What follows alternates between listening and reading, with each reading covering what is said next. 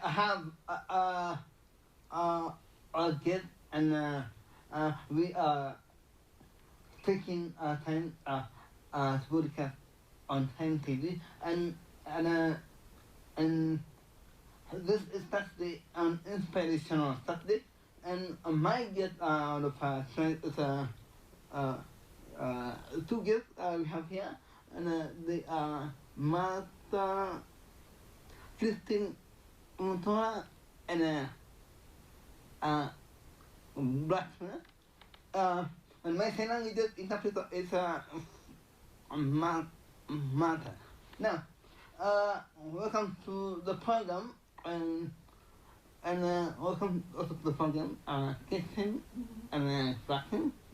Now, Christine, I just asked you this question on the matter of how the state is all about, and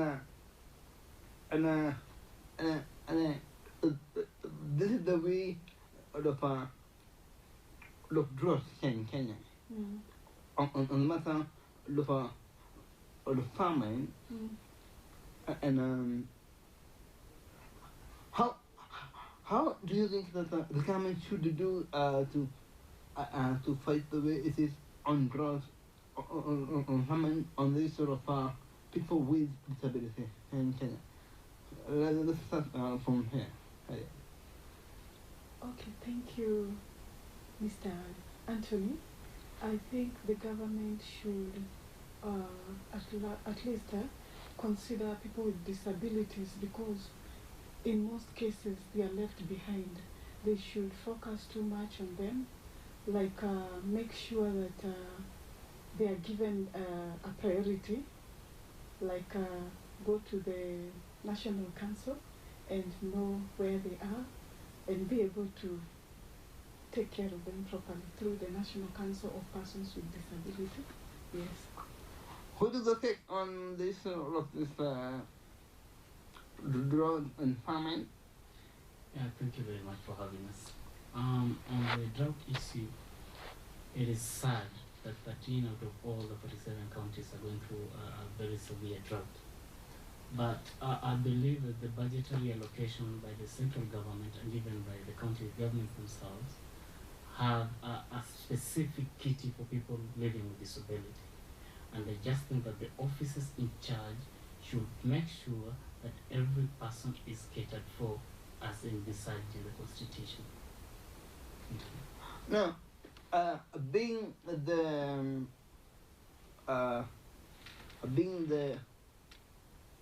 man for Cerebral-Palsy, Madam Christine, Yes. how it is meant to you for Cerebral-Palsy? Okay, the month of Cerebral Palsy, we're creating awareness throughout. We are letting know the public that Cerebral Palsy is real, and we should embrace our sisters and brothers with Cerebral Palsy. Yeah, we are also advocating for their rights too. Yeah, that's it. You have a sign with the... Okay, you're having a sign with the Cerebral-Palsy. Yes. How did it go, really? How was your life? How is it? How was his life? Sorry? How was his life? His life? Oh, it was not easy. I can say it's not easy, and it was not easy. Because living with a child with cerebral palsy, you go through a lot, like rejection. People, they connect cerebral palsy with witchcraft, and you're just left alone. Yeah, it's not easy. Do you mean that people say that you have a child with Cerebral-Palsy? Is the way the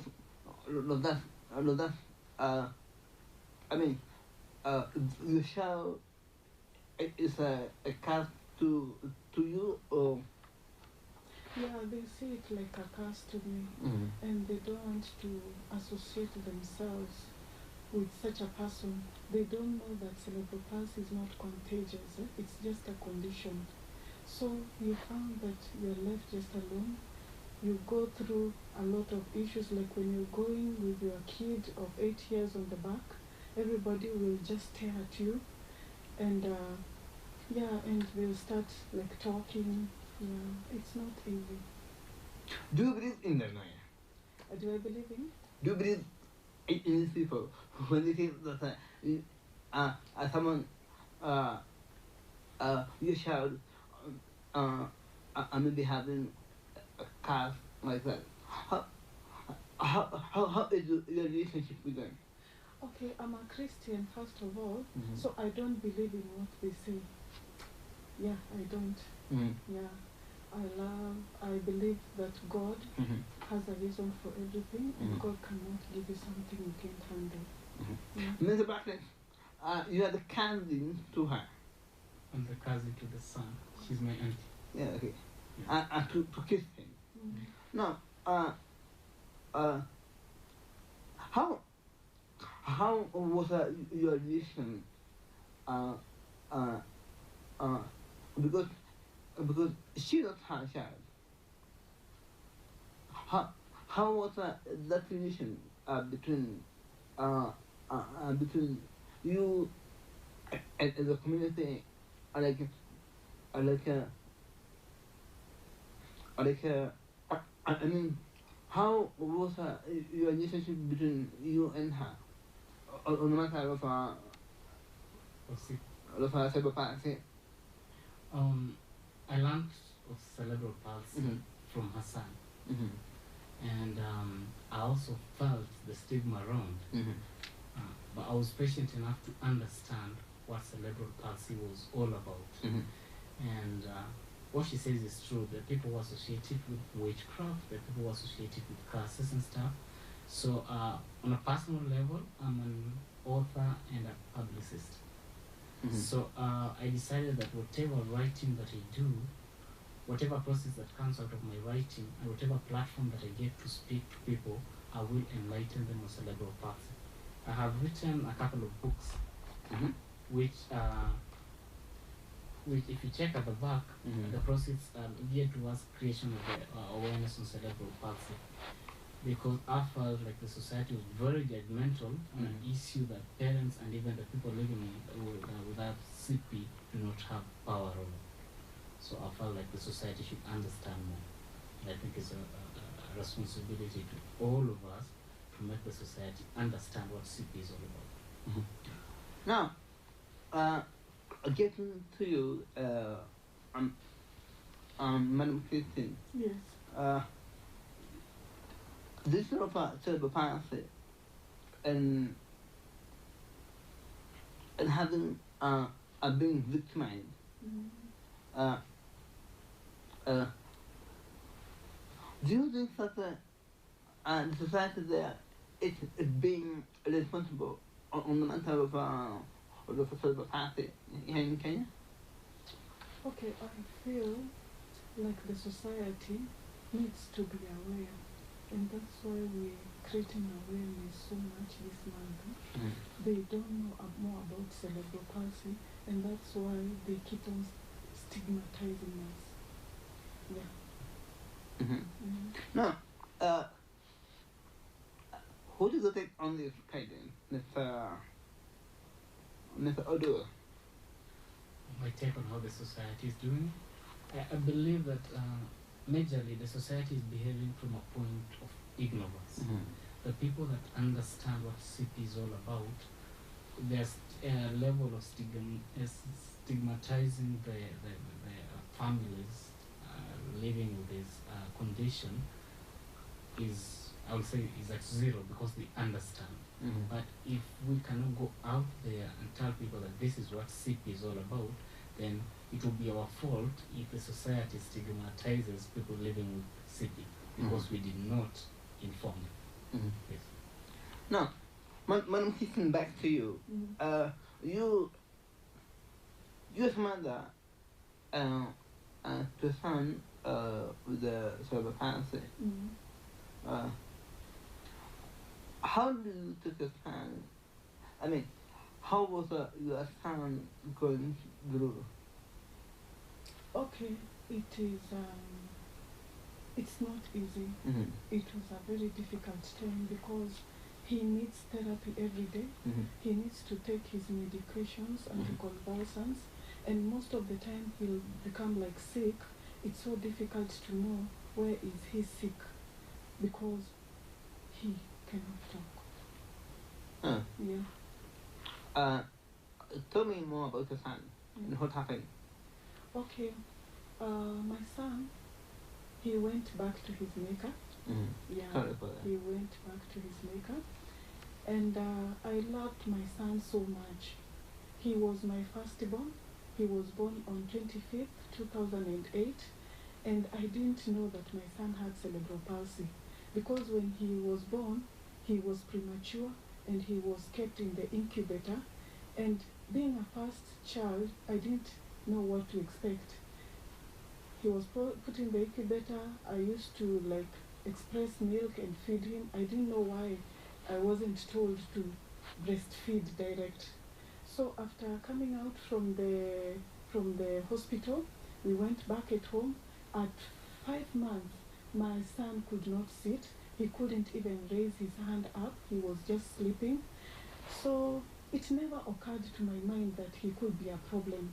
One time a visitor, a certain friend of mine came in and he asked, how comes this kid is not sitting? And I told her, no, he's just okay. I just brushed those words aside. But after some time, she told me we should take this kid to the hospital. So I sat for like a month and then I took him to the hospital. He was diagnosed, they said it's rickets. So they gave me medication for rickets to take for 3 months. And then I take him back to the hospital. After 3 months, he had not even improved. So when I went back, he was like at around 8 months. They told me that, did this baby cry at birth? I said no. They told me this kid has cerebral palsy. So from there, he lived on therapy. Throughout, he lived on therapy. I couldn't just leave him with anybody else who doesn't understand him. This is when you learn that your child has cerebral palsy. Yeah, that's when I learned. Mm-hmm. And even after learning that he has cerebral palsy, I didn't know what would follow in his life. Mm-hmm. But I started knowing what cerebral palsy is after days, because he couldn't sit, he couldn't like eat food, we had to mash, and he couldn't even like sit. At like 4 years, he hadn't even sat. Okay. Yeah, so it's not easy, and I had a lot of house help who came in, but they couldn't stay because remember this is a house that has a special kid, which means when they're working in that house, they just have to be hanging around the house. There's no time to go out and do their stuffs. So they'll stay for like 2 months, then even a month they would leave. Now, do you judge girls for what they did? I don't judge them. Of course, I'm a human being, but according to my Christian perspective, I don't judge them. But as I not judge them, I feel we need to create a lot of awareness. Yeah. Are you doing it? Yeah, I'm doing that. In fact, when he went at 4 months, at 4 years, he hadn't achieved the milestone of sitting. Mm-hmm. So we used to take him for therapies and speech therapies, occupational therapies, and I couldn't even like work far away from him. I had to quit like my job on certain occasions to take care of him. And one time, I just left him for the first time. I had gone to, my dad had passed on, and I had to leave and go to the rural area to arrange for the funeral arrangements. So when I'm there, like he was buried on a Monday, on a Tuesday I'm being told that Barrack is not breathing properly. You know, I usually, like he had some chest, used to have some chest congestion, of whereby he could, like you when you have like when you get some cold, you can sneeze the mucus out, you can do like, and then it come out. For him, he could not do that. So every time he had just congestion and there was a little bit of cold, there was a therapy I used to do for him at home. Like we would take some menthol, put on his nose, boil some hot water, cover ourselves inside, and he could inhale the steam. Immediately it does that, it opens up, and he's okay. So when I was told that he's not breathing properly, and he was with our nanny, we had to rush and come back home. But unfortunately, when coming back, he was normal. He had already gone. Now, sorry for that, madam. Madam Keaton. The will of God, as they say, is not questionable.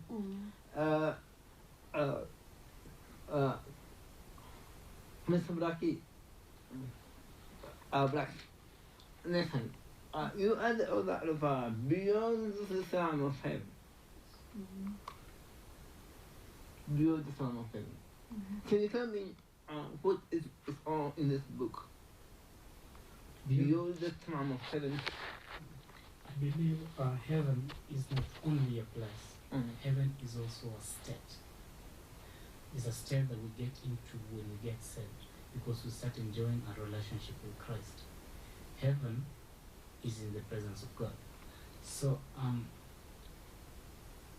I use the analogy of slums. For instance, if you stay in the slums, we're basically in the city. You know what good city life is. You know, you need city life. You have lighting, you have room, you have clean water and stuff, but you do not experience. Now, when you're still a baby Christian, you live in what I call the slums of heaven. Like, you can actually tell people that so-and-so was prayed for and they got healed, so-and-so did this and got this, but you do not have an experience of the same.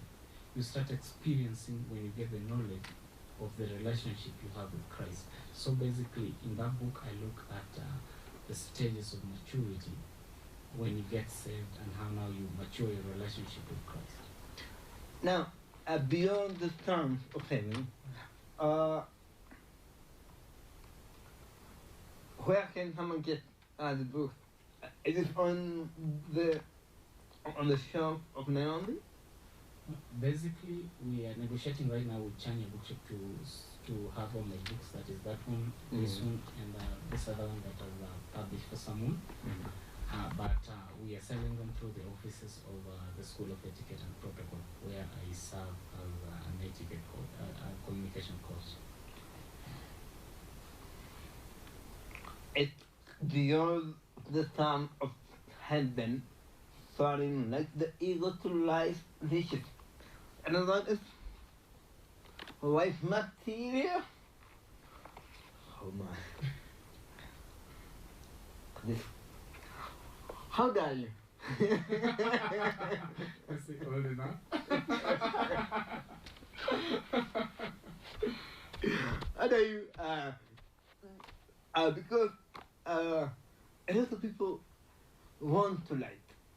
Like myself, I want to light. But I mean that you have put down and pen. How do you miss how do you Mr. Nelson?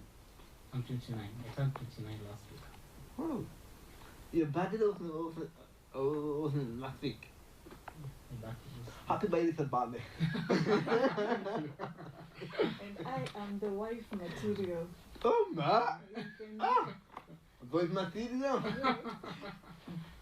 No.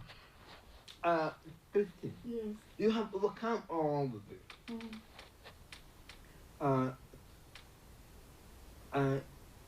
Lost your child. Is he gonna? He was my first one, but right now I have 3 girls. Yes. Oh, good. No, you have overcome all of that. Can you tell someone there what he can do to overcome Cerebral-Palsy? If a mother or if a Catholic or if a child with Cerebral-Palsy, what is the take from What I can tell a mother with a cerebral palsy kid is, first of all, put God first. Secondly, accept that cerebral palsy is just a condition and it's not infectious. Love your kid. Love your kid, because God cannot give you something you cannot handle. He knows that you're capable of handling that kid despite the challenge. So, I know the journey is not easy, but press on. Through my son, Barrack, I accepted him. I had accepted him. And when he went back to his maker, as a family, we sat together and we decided that now that we had accepted him, whatever that we could do for him when he was alive, we can also do it to the same kid with the same condition. And based on that, we decided to register a foundation. It's called Barrack Museka Cerebral-Palsy Foundation. Its main objective is to promote access to education, healthcare, and the welfare of people living with cerebral palsy. This is because throughout our journey, we had a lot of challenges and there's nowhere we could turn to. Like sometimes I had to quit work and sit in the house, taking care of my son. And I needed some things, some money for my pocket. And in many cases, you get some of the ladies, mothers, who have cerebral palsy kids, their husbands run away and they are left alone. How are they going to pay their bills? As an organization, we come in and help them to get some small finances and do their business. When it comes to healthcare, it calls for therapy. This kid with cerebral palsy lives on therapy next to their food. So you find therapy is so expensive and most of the parents cannot afford. As an organization, we come in and help pay the therapy for this particular kid and also for medication for them. When it calls for education, we find most of the schools are so expensive and they are so few. And most of our kids, they can't have the access to education. We come in as a foundation. As long as we prove that this kid comes from a humble background, as in they don't have means of income, and they have a special kid with CP, we come in. Now,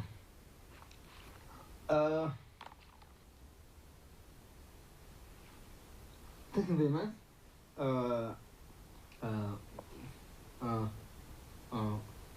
for your foundation. It's something that people should address. And back to Mr. Nathan, all of this book is from mine. Himself. Mr. Nathan, Yes. Step by step. It's 001. Introduction to homeschooling. Now, Mr. Nathan, how do you assist your cousin? How do you assist your cousin?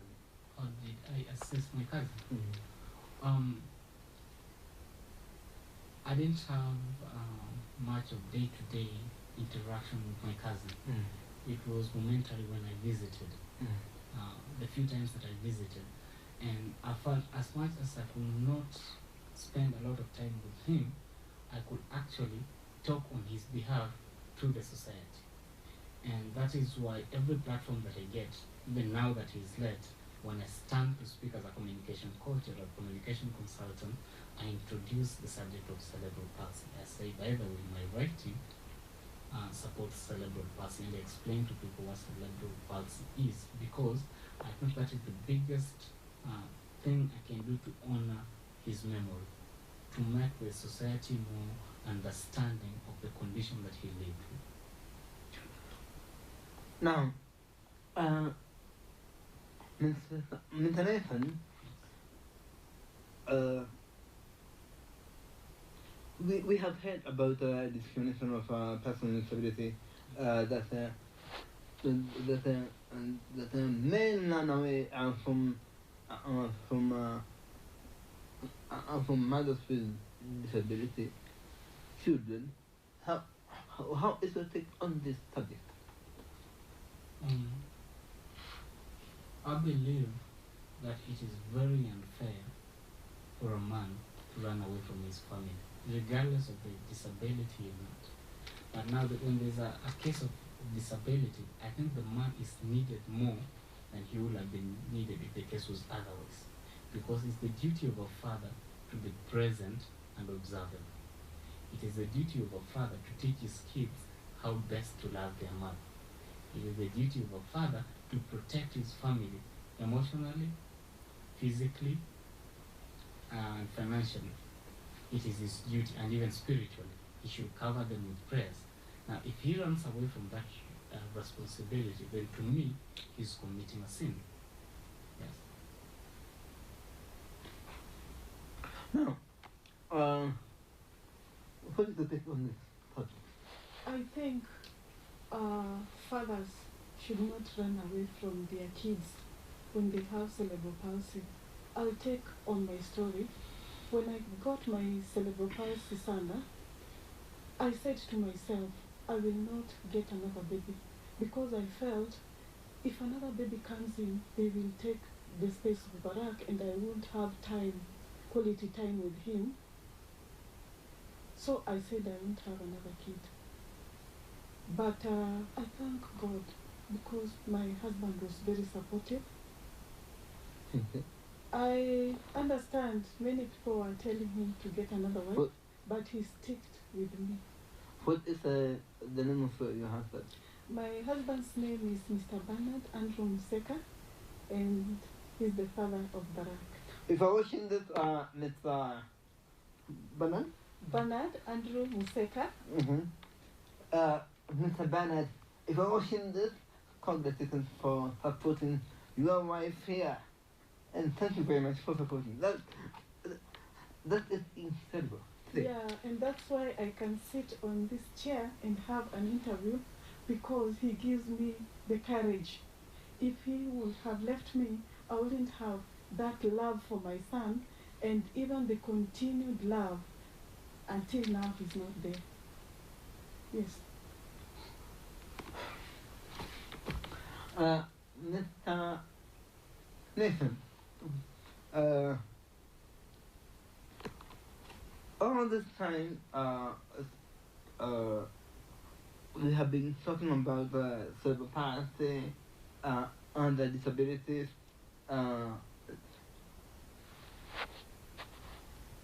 If I can ask you this question,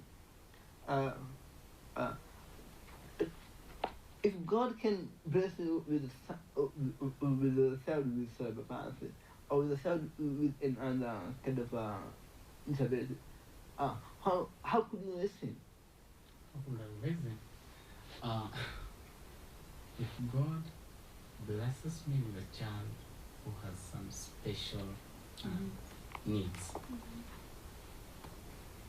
he will have, number one, deemed it fit that I'm the right person to raise such a child.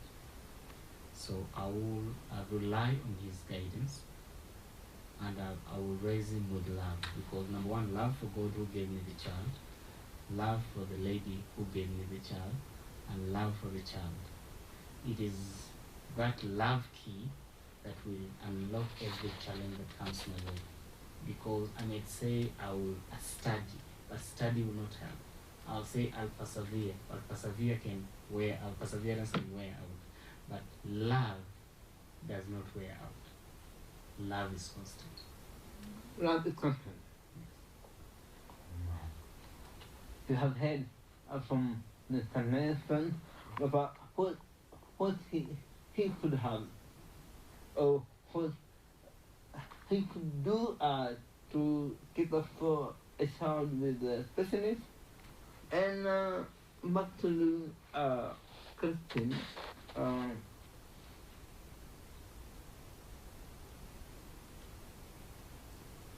Well,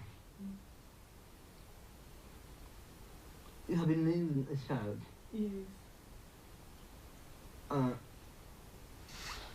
And your husband has been very, very supportive. Yes. What is your encouragement for that part? for a child, for mothers and fathers with children with disabilities? First of all, what I would say is that they should come together. That's the time they should stick together so that they'll be able to raise this kid. It's not the time to like separate. Let them stick together and raise this particular kid. Yeah. And you know what to think? Like you said, it is a time as a family to come together, to accept the situation, and to walk through together. I'm going to ask Mr. Anthony. It might sound funny or maybe you can't understand. If my son was to come back right now, I'll still take him the way he is and we'll still continue together. Why? Because I had accepted him. I had already accepted him.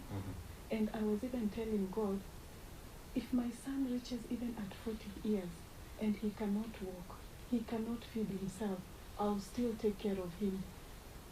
I'll still take care of him. As long as God provides for me the resources and he gives me that good health to take care of him, I will still take care of him. So I'm sure wherever he is, if he was to come back, he'll say, I want this more. Let's continue together. Yeah, because of acceptance. Coming together and accepting them, accepting him. That's the word. Wow. Now,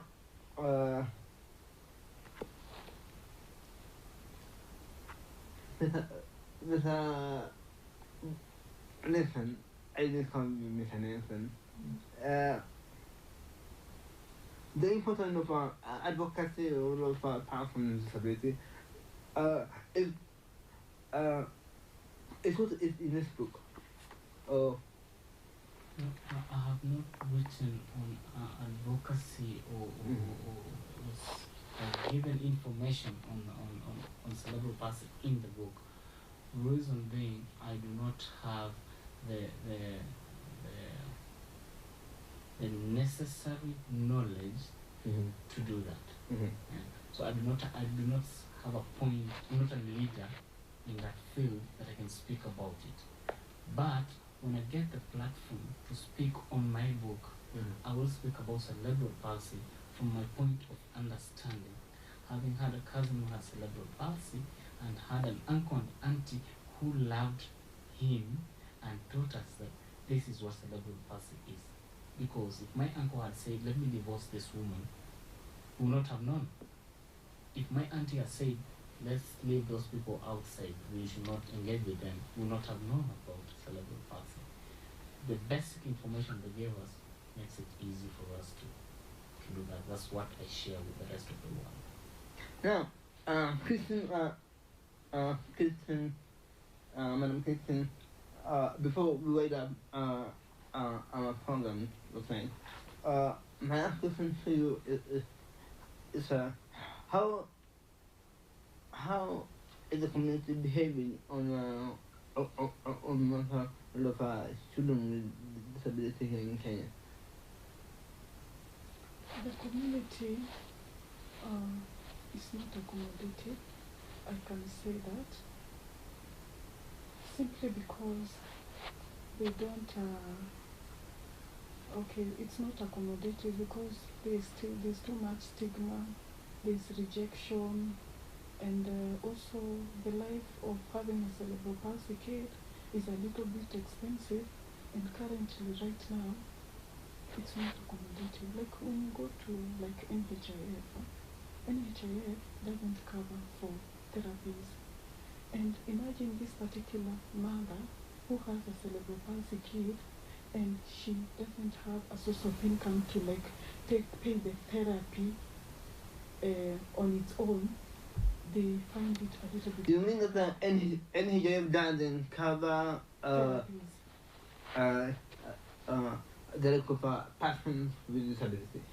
Especially, I'll talk particularly on therapies because, as I told you, Mr. Anthony, the therapy is next to food. with a cerebral palsy kid. So imagine if the NHIF can include therapies in their cover, we would be very happy as parents of children with cerebral palsy or disabilities, especially severe. Okay. Now, what do you think on this subject? It is sad that NHIF does not cover. I think the society has limited knowledge on cerebral palsy. That is number one. And number two, I think the government and that specific issue is a bit insensitive. A bit insensitive to the plight of our brothers and sisters who are living with cerebral palsy. Because why would I pay NHIF every month if my child cannot be covered to get the therapies? And I will say that I'm actually really disappointed in the representative of the people living with disability in the National Assembly and in the Senate. We've not had a bill any time in the few months that talks about that. That is something that they should have done as a priority. So it is very sad that we're in a society that does not understand the needs within the society. Well, thank you so much for being here with me. And before we wrap up our program of tonight, I'd like to also introduce some of the book here. Step by Step 001 Introduction to Homeschooling.